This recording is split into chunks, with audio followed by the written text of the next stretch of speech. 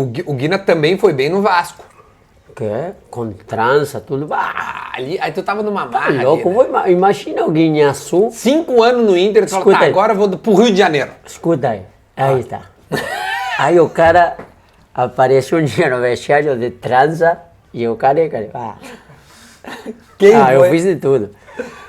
Apareci de trança e o vestiário todo, cara. Quando olharam para mim, começava todo mundo, roupeiro, tudo, tá louco.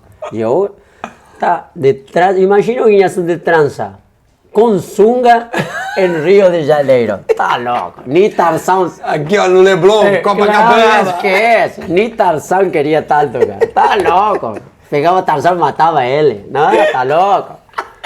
Duda, tá louco. Jogando futebol aí nos momentos livres.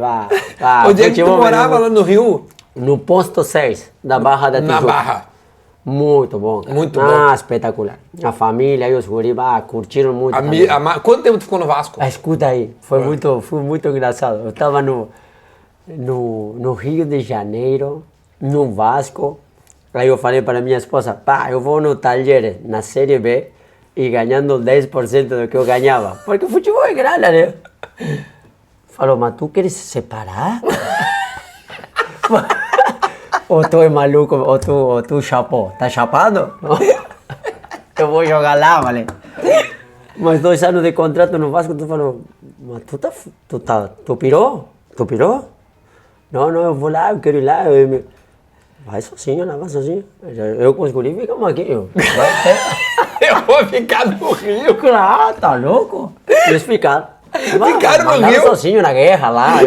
O Guinhaçu foi lá na guerra. Claro. Uma bomba, Série B. Ele falou, um mês não falou comigo. A esposa, e tinha razão ela. Né? Depois deu tudo certo.